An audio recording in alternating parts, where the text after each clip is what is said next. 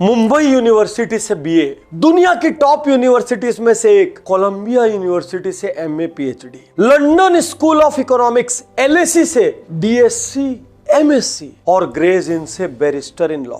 कौन हो सकता है इतना इंटेलिजेंट, इतना रिसोर्सफुल, इतना डायनामिक? यदि आपसे मैं पूछूंगा, कयास लगाने बोलूंगा और कोई जानकारी ना दूं तो शायद आप कहेंगे कोई बड़े बाप की औलाद होंगे, लेकिन नहीं दोस्तों, ये वो शख्स है जिसके जीवन में कोई सुविधाएं नहीं थी। और विश्वास रखिए, ये वीडियो पूरा यदि आपने देख लिया, इसके बाद या तो आप अपनी जिंदगी में बहाने मारना छोड़ देंगे और या तो मान लेना कि आप इतने नामुराद हो और आपकी चमड़ी इतनी मोटी है कि बड़ी से बड़ी घटना भी आपको हिला नहीं सकती। आज मैं गर्व से बात कर रहा हूं भारत के पहले law and justice minister, architect of Indian constitution Shri Baba Saheb Ambedkar की। और अंबेडकर साहब, मुझे अफसोस है कि आज तक मैंने आपके ऊपर केस स्टडी क्यों नहीं बनाई। इतने साल से मेरे YouTube चैनल पर लोग कमेंट कर रहे थे, पाटनी जी अंबेडकर जी को पढ़िए, अंबेडकर जी पर बनाइए। और आज मैं यकीन से कह सकता हूं कि अंबेडकर जी के बारे में बहुत सारे लोगों के मन में बहुत सारी भ्रांतियां हैं, लेकिन वो इतनी क्रांतिकारी शख्सियत थे कि जितना सम्मान महात्मा गांधी जी, नेहरू जी, सरदार वल्लभ भाई पटेल जी को मिलता है, उतना ही सम्मान अंबेडकर जी को मिलना चाहिए। उतनी ही बड़ी जगह करिकुलम से लेकर भारतीय मानस पर अंबेडकर जी के लिए होनी चाहिए। अंबेडकर जब बहुत छोटे थे, उस वक्त उनकी माता का देहांत हो गया। अपनी आंटी के पास रहकर वो बड़े हुए। वो जिस स्कूल में जाते थे, वो अपने भाई के साथ अपनी क्लास में सबसे पीछे बैठते थे, एक कोने में बोरी पर, और उन्हें अपनी बोरी, अपना गनी बैग स्कूल के बाद पीठ पर टांग कर ले जाना पड़ता था। जानते क्यों? क्योंकि वहां का चौकीदार, वहां का प्यून, वो भी उस गनी बैग को नहीं छूता था। कारण क्या था? कारण था अंबेडकर जी की जाति, जिसको उस समय अनटचेबल माना जाता था। छोटी छोटी चीजों से परेशान होने वाले लोग क्या जाने संघर्ष क्या होता है। उसी स्कूल में वो दिन भर प्यासे समय बिताते थे। क्यों? क्योंकि पानी का नल छूने की इजाजत नहीं थी। कारण, नल अपवित्र हो जाएगा। और कैसे पानी पीते थे? यूं झुककर अपने हाथ को ऐसे रखते थे और दूर से ऊपर से प्यून पानी डालता था। कहीं बर्तन छू गया तो बर्तन अपवित्र हो जाएगा। बचपन में एक बार बाबा साहेब इतने विचलित हो गए कि उन्होंने तय किया कि मैं बॉम्बे में जाकर किसी मिल में नौकरी करूंगा। और उनके साथ कई और लोग भी जा रहे थे, क्योंकि कई और लोग पहले से नौकरी करते थे। जाने आने के पैसे के लिए उन्होंने अपनी आंटी के पर्स से चोरी करने का निर्णय लिया। एक बार, दो बार, चार बार, पांच बार, आखिर कोशिशों के बाद उनका बटुआ हाथ में लग गया। और जब बटुआ हाथ में लगा तो क्या निकला? आधा आना। वो आधा आना टिकट के लिए भी पर्याप्त नहीं था। और अंबेडकर विचलित हो गए। उनको अपनी असली स्थिति पता चली और उस दिन अंबेडकर ने निर्णय लिया, सिर्फ पढ़कर ही इस देश को बदला जा सकता है, अपनी पारिवारिक स्थिति को बदला जा सकता है। और उस दिन उन्होंने निर्णय ले लिया कि अब भागना नहीं है, अब मजदूर नहीं बनना है। और सोचिए, उस दिन यदि वो मजदूर बन जाते तो देश का इतना अद्भुत असाधारण संविधान कौन लिखता? आपके भी जीवन में कई बार गलतियां हुई होंगी, लेकिन क्या आपने उन गलतियों को सुधार लिया? कई बार आप भी भीतर से विचलित हुए होंगे, लगा होगा सब कुछ छोड़ के भाग जाएं। लेकिन मुझे कभी कभी लगता है भगवान ये आपके टेस्ट लेता है और इन टेस्टों में जो पास होता है उनको बड़ी उपलब्धियों के लिए चुना जाता है, बड़ी उपलब्धियों के लिए। बहुत तेज बारिश हो रही थी, आंधी और तूफान चल रहा था। एक घर के दीवार पर अंबेडकर जी यूं टिक कर खड़े हुए हैं। घर की महिला ने देखा, बाहर आई, जोर से अंबेडकर जी को धक्का लगाया और अंबेडकर जी जाकर मिट्टी में गिर पड़े। मिट्टी में गिरे, सारी पुस्तकें धूल में, पानी में, मिट्टी में खत्म हो गई। कारण क्या था? वो महिला कहती है, मेरी दीवार से टिक कर खड़े हो, मेरा पूरा घर अपवित्र हो गया, पूरा घर अपवित्र हो गया। किसको संघर्ष कहते हैं? आज हम कितनी छोटी छोटी सी चीजों पर सेंसिटिव होते हैं। मुझे याद पड़ता है कि जब फॉरेन में मैं अलग अलग कंट्रीज लेक्चर करने जाता हूं या कभी घूमने जाता हूं, कई कई जगह सेकंड सिटीजन के रूप में ट्रीट होते हैं। ओ ब्लडी इंडियंस, अरे ये हिंदुस्तानी। और उस वक्त इतना गुस्सा आता है कि मानो गोली मार दो सामने वाले को, इतना गुस्सा आता है। मैं अपनी बात कर रहा हूं, जबकि ऐसे किस्से शायद कई साल में हमारे साथ एक दो बार होते हैं। और सोचिए लाखों करोड़ों लोगों के साथ ये किस्से सैकड़ों सालों से हो रहे थे, कितना गुस्सा होगा उनके भीतर। लेकिन आज की ये केस स्टडी ऊंच नीच जात पात पर नहीं है। आज की ये केस स्टडी अंबेडकर जी के संघर्ष पर है, क्योंकि उनके संघर्ष का 1% भी हमने सीख लिया तो जीवन बदल जाएगा। संस्कृत पढ़ना चाहते थे, स्कूल में संस्कृत लेने नहीं दिया गया, क्योंकि जिस महार कास्ट को बिलोंग करते थे उनको संस्कृत पढ़ने की इजाजत नहीं थी, उनको वेद पढ़ने की इजाजत नहीं थी। फॉरेनर्स को थी, दूसरे धर्म वालों को थी, वहां धर्म भ्रष्ट नहीं हो रहा था, लेकिन अंबेडकर जी को नहीं थी।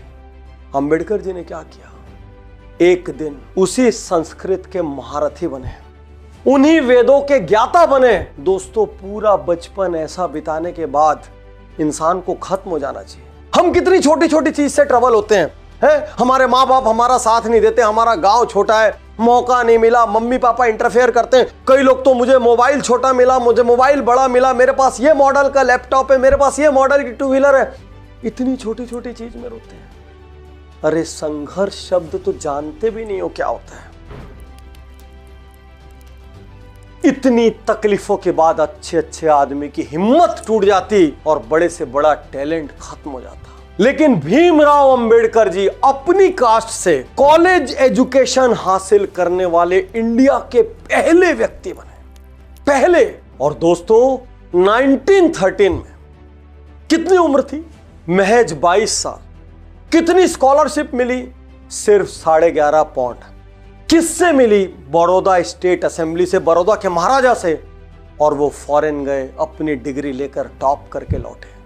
और जब लौटे तो किंग ने क्या किया, उनको बड़ौदा स्टेट असेंबली का मेंबर बना दिया। और एक क्रांतिकारी बात आज आपको बताता हूं, चूंकि लोगों के मन में बहुत सारी उथल पुथल थी, हम इनके साथ नहीं बैठेंगे, ये हल्की जात है, ये अनटचेबल है।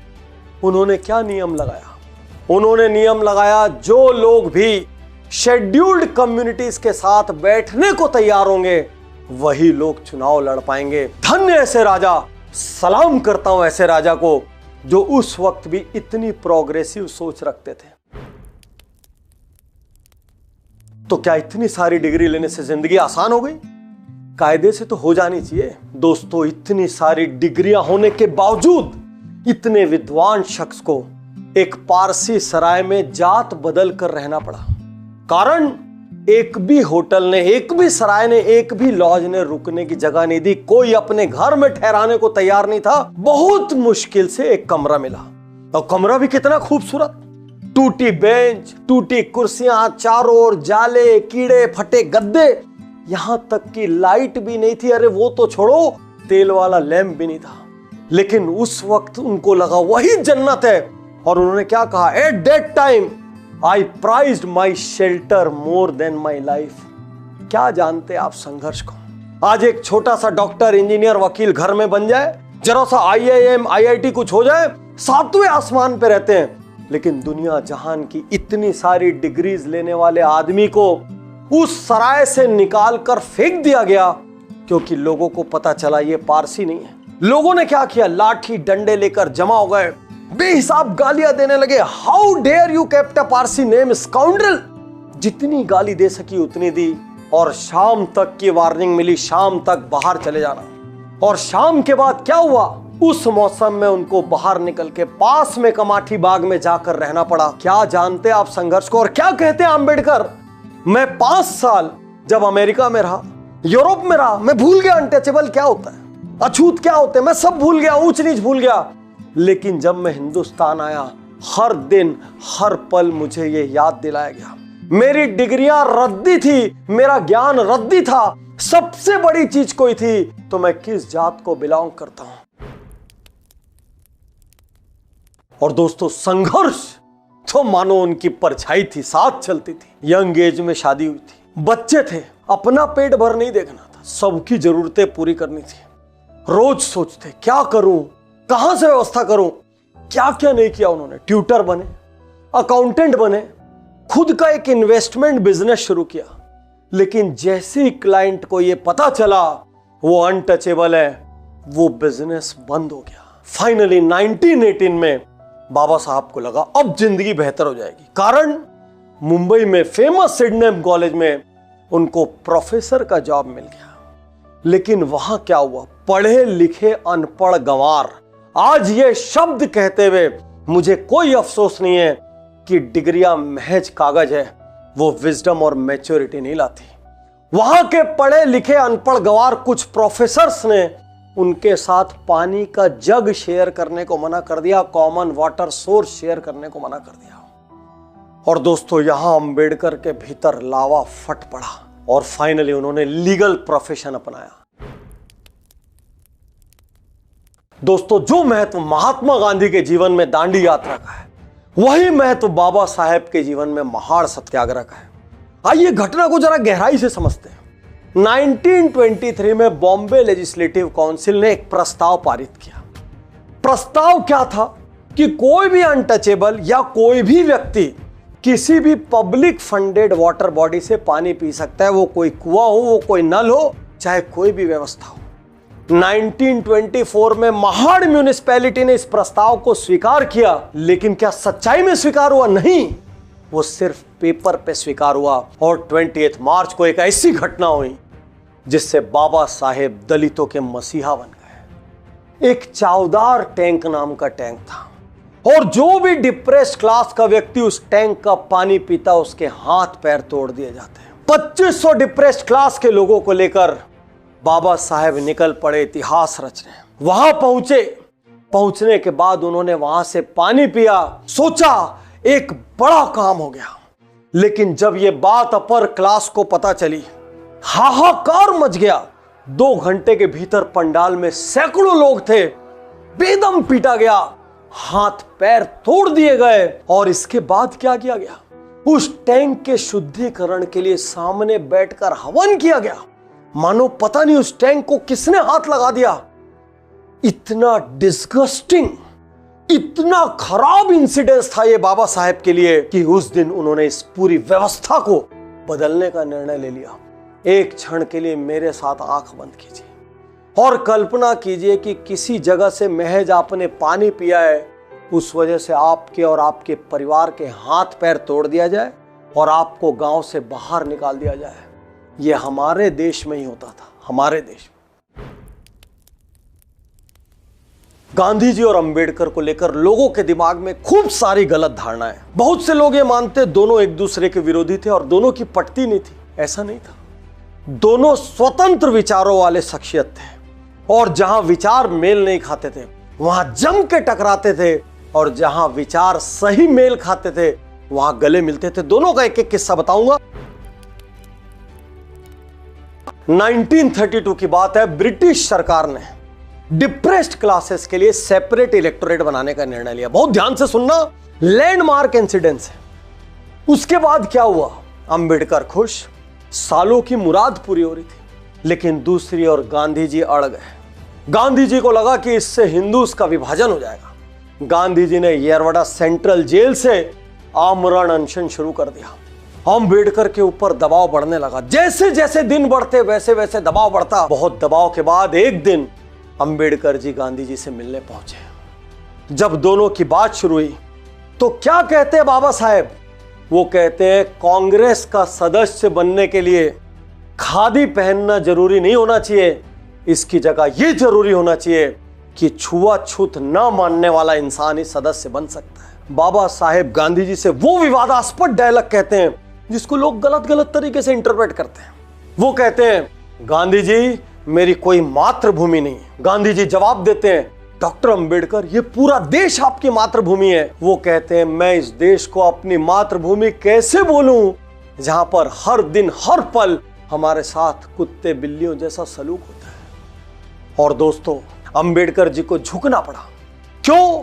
गांधी जी सत्याग्रह रोकने को तैयार नहीं थे, आमरण अनशन रोकने को तैयार नहीं थे। वो इसलिए झुके क्योंकि यदि गांधी जी को कुछ हो जाता पूरे देश में हाहाकार मच जाते, दंगे हो जाते, और वो भी गांधी जी को खोना नहीं चाहते थे। आखिर ऐसी पर्सनैलिटी भी तो सदियों में पैदा होती है। और फाइनली दोनों के बीच समझौता हुआ और दोनों के समझौते में डबल से ज्यादा 147 सीट्स डिप्रेस्ड क्लास के लिए रिजर्व की गई। उस दिन एक इतिहास बना। इतिहास क्यों बना?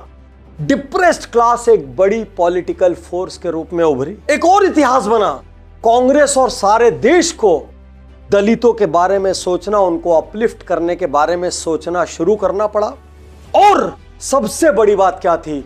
उस दिन अंबेडकर पूरे दलितों के, पूरे डिप्रेस्ड क्लास के अनडिस्प्यूटेड लीडर बन के उभर गए। जिनको भी लगता है कि महात्मा गांधी और बाबा साहेब विरोधी थे, एक बार यह किस्सा भी सुन लीजिए। दोस्तों, भारत के कॉन्स्टिट्यूशन बनाने की बारी आई। नेहरू जी और सरदार पटेल ने निर्णय लिया दुनिया के बड़े बड़े कॉन्स्टिट्यूशन एक्सपर्ट्स को बुलाया जाए। और एक दिन महात्मा गांधी जवाहरलाल नेहरू जी से और पटेल जी से कहते हैं, जब हमारे देश में इतना बड़ा लीगल एक्सपर्ट है, इतना विद्वान हमारे देश में है, तो अंबेडकर जी जैसे विद्वान के रहते हुए हमको बाहर से किसी को बुलाने की क्या जरूरत है? यदि अंबेडकर जी हमारे देश का कॉन्स्टिट्यूशन लिखेंगे, इससे गौरवशाली बात भारत के लिए दूसरी नहीं हो सकती। और वहीं पर अंबेडकर जी को कॉन्स्टिट्यूशनल कमेटी का चेयरमैन नियुक्त किया गया। डॉक्टर अंबेडकर के नेतृत्व में लगभग 3 साल की कड़ी मेहनत के बाद दुनिया का, ध्यान से सुनिए, दुनिया का सबसे बड़ा कॉन्स्टिट्यूशन लिखा गया। 448 आर्टिकल्स, 12 शेड्यूल्स, 616 सिग्नेचर और जाने कितने दिनों की असेंबली के बाद हमारे हाथ में वो कॉन्स्टिट्यूशन आया जो आज हमको सुपर पावरफुल बनाता है, आज हमको राइट्स देता है। और वो भी कैसे कैसे right? Freedom of speech, freedom of religion, और एक बड़ी चीज पता है, राइट टू वोट। ये प्रोग्रेसिव कॉन्स्टिट्यूशन था। कारण क्या था?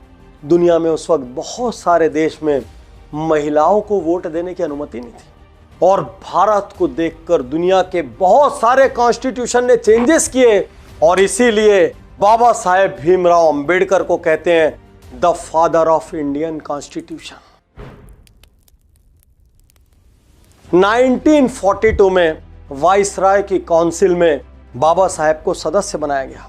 और जितनी भी लेबर है हिंदुस्तान की, मैं कह रहा हूं आप सबको रोज अंबेडकर जी को सलाम ठोकना चाहिए। क्योंकि उन्होंने क्या किया? 12 घंटे, 14 घंटे, 15 घंटे की जो ड्यूटी थी उसको घटाकर कानूनी रूप से 8 घंटे किया। यदि आज आपको डियरनेस अलावेंस मिल रहा है तो वो बाबा साहेब की देन है। यदि आज आप एम्प्लॉय स्टेट इंश्योरेंस ले पा रहे हैं, ESI, वो बाबा साहेब की देन है।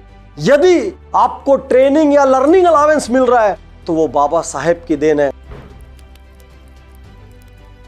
इनको पता था यदि डिप्रेस्ड क्लासेस का उत्थान करना है तो लॉन्ग टर्म में ये रिजर्वेशन से नहीं होगा। इसलिए उन्होंने उस वक्त क्या किया? बहिष्कृत हितकारिणी सभा बनाई। और इस सभा का मूल उद्देश्य क्या था? लोगों की पढ़ने में मदद करना, उनको पढ़ने के अवसर दिलाना, पढ़ने के लिए प्रोत्साहित करना, ताकि कल ये सब शिक्षित हो, अवेयर हो और अपनी जगह खुद बनाए। डिप्रेस्ड क्लास की आवाज दब न जाए, इसके लिए उन्होंने कोई हथियार का सहारा नहीं लिया। उन्होंने हथियार की जगह अखबार का सहारा लिया और एक के बाद एक कई अखबार और पीरियोडिकल निकाले।